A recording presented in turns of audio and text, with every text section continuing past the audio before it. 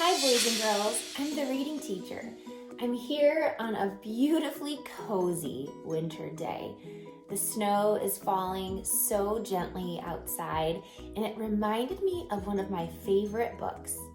This book is called Owl Moon and it's written by Jane Yolen, illustrated by John Shorner. The reason I love this book so much is the descriptive language that Jane Yolen uses. So when I'm reading, I want you to notice how Jane Yolen describes things. How does she describe the cold? How does she describe the shadows? Do you know, this book really makes you feel like you're walking outside in the quiet, dark snow. The story is set on a cold, dark evening when the dad and the little girl go owling. Do you know what owling is? If you're going owling, it means you're going to look for an owl. And think about, what do you already know about owls? They're nocturnal. So to see an owl, you have to go at night. And you have to probably be very, very quiet so you don't disturb it. And when I read this book, I want you to notice how you almost feel like you're with this family going owling. How Jane Yolen uses her words is so beautiful. I'm also going to use a new app I found. It's called Novel Effects, and it's going to play some sound effects while I'm reading the story. We're going to give it a try today, so I hope you like it. This story won the Caldecott Medal in 1988. Owl Moon. It was late one winter night, long past my bedtime, when Pa and I went owling. There was no wind. The trees stood still as giant statues, and the moon was so bright the sky seemed to shine. Somewhere behind us, a train whistle blew, long and low, like a sad, sad song.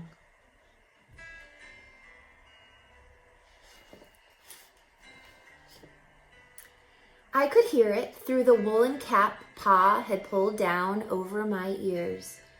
A farm dog answered the train, and then a second dog joined in.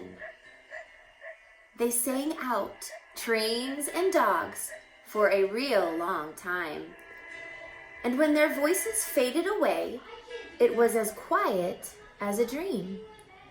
We walked on toward the woods, Pa and I.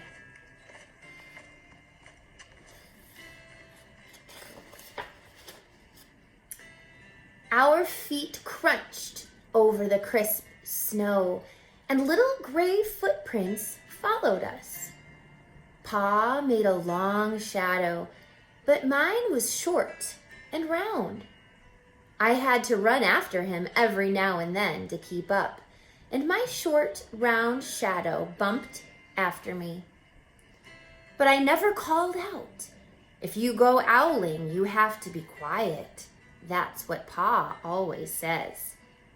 I had been waiting to go owling with Pa for a long, long time.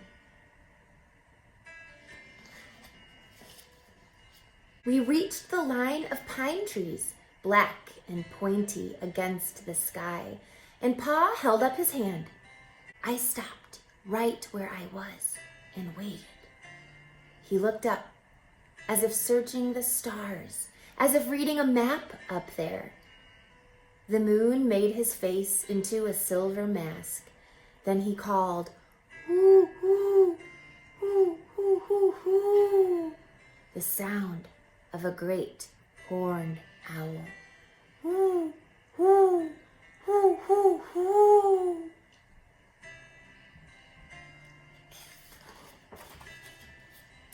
Again he called out, and then again, and after each call he was silent, and for a moment we both listened, but there was no answer. Pa shrugged, and I shrugged. I was not disappointed. My brothers all said, sometimes there's an owl, and sometimes there isn't. We walked on, I could feel the cold, as if someone's icy hand was palmed down on my back. And my nose and the tops of my cheeks felt cold and hot at the same time. But I never said a word.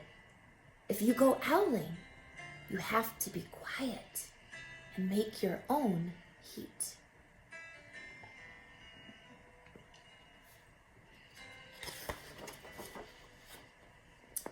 When we went into the woods, the shadows were the blackest things I had ever seen. They stained the white snow. My mouth felt furry, for the scarf over it was wet and warm. I didn't ask what kinds of things hide behind black trees in the middle of the night. When you go owling, you have to be brave.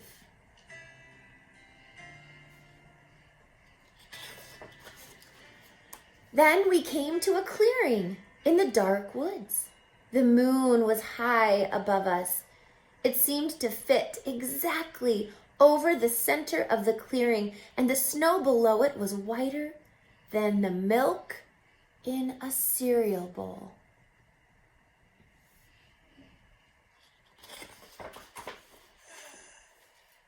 I sighed. Pa held up his hand at the sound. I put my mittens over the scarf, over my mouth, and I listened hard. And then Pa called, "Hoo, hoo, hoo, hoo, hoo, hoo, hoo, hoo, hoo, hoo." I listened, and I looked so hard my ears hurt, and my eyes got cloudy with the cold. Pa raised his face to call out again, but before he could open his mouth, an echo came threading its way through the trees. Ooh, ooh, ooh, ooh, ooh.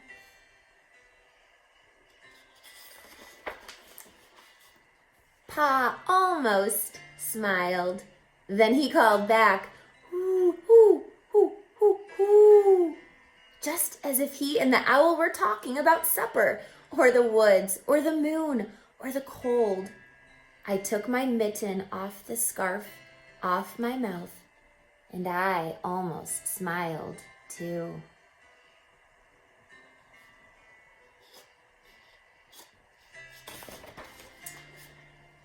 The owl's call came closer.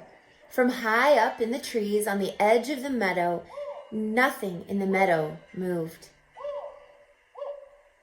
All of a sudden, an owl shadow, part of the big tree shadow, lifted off and flew right over us. We watched silently with heat in our mouths, the heat of all those words we had not spoken. The shadow hooted again.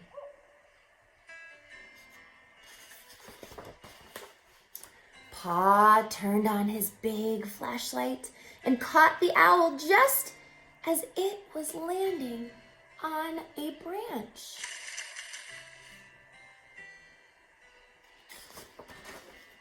For 1 minute, 3 minutes, maybe even 100 minutes, we stared at one another.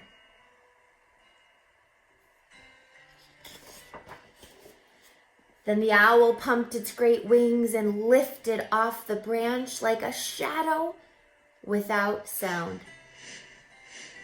It flew back into the forest.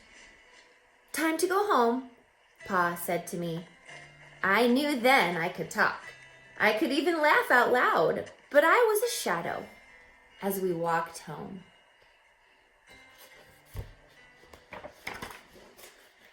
When you go owling, you don't need words or warm or anything but hope. That's what Pa says.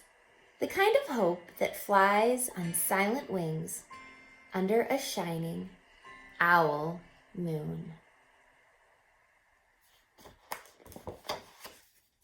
The end. What do you think her favorite part of this night was? Some of you might think it was seeing the owl. I kind of think it was just getting to spend that time with her dad. getting to do something that she'd waited so long to do. I think even if they didn't see an owl, I think she would have been just fine.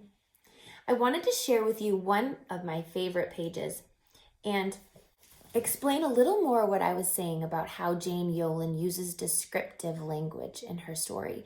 The way that she writes really gives us a good mind picture. We can make that movie in our mind of this story. So take a look at this page right here. We went into the woods. The shadows were the blackest things I had ever seen. They stained the white snow. My mouth felt furry, for the scarf over it was wet and warm. Now, think about how differently this page would read if Jane Yolen had just written this. We went into the woods. There were shadows. They were black shadows. There was white snow. I was wearing a scarf. That basically tells us the same information that Jane Yolen tells us, but the way that Jane Yolen writes it with all of those descriptive words, the shadows were the blackest things I'd ever seen. They stained the white snow. My mouth felt furry, for the scarf over it was wet and warm. It makes the reader be able to visualize and make that movie of what's happening, which is what good readers do. She just makes it easier for us. I really hope you enjoyed that version of Owl Moon. I really liked that app. It was called Novel Effect, and you can use it when you read aloud stories.